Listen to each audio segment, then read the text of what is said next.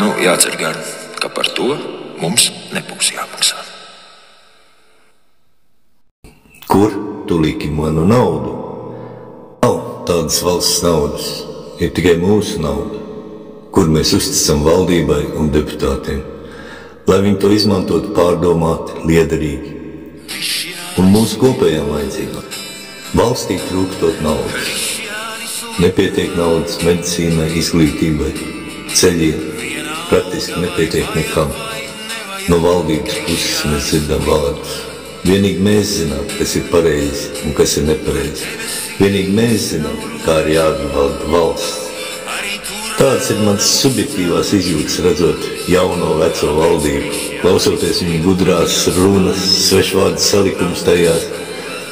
Vēlaties izlikties gudrs un viszinošs, tad lieto pēc iespējas vairāk specifisku svešvārdu un izteicienus, atsaucoties uz krīzi pasaulē, kāru, globālo sasilšanu un citām vispārējām nebūšanām.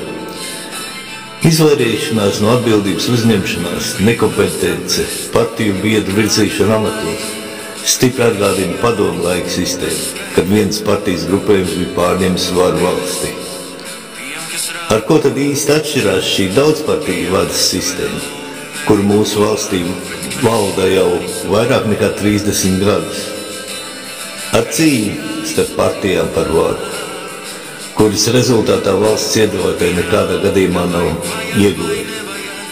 Partiju dibināšanas vienīgais mērķis ir vara, iegūt varu, noturēt varu, un tāpēc pirms vēlēšanām tiek doti tik daudz nepamatotas solījumu. Mums, kuri maksājam par visu, arī par politiķu izklaidēm, viņu pašapliecināšanos, bezatbildīgu darbību un atbildīgu bezdarbību. Nav tādas valsts naudas, ir tikai mūsu nauda, kur mēs uzticam valdību.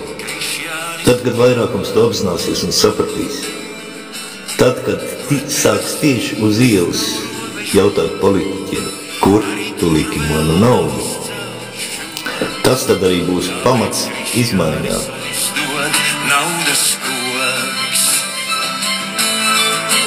Kad viņam prasa, hei, Krišjān, kā gāja, kā lidojās.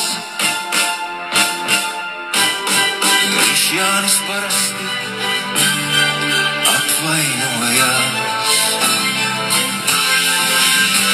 Un viņu var saprast, jo kā gan laimi Krišjānis paskaidro.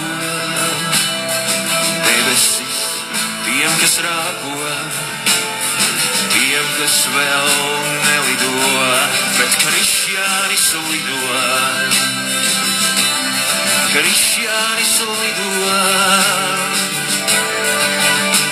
Vienalga vai vajag vai nevajag, Krišjānis lido.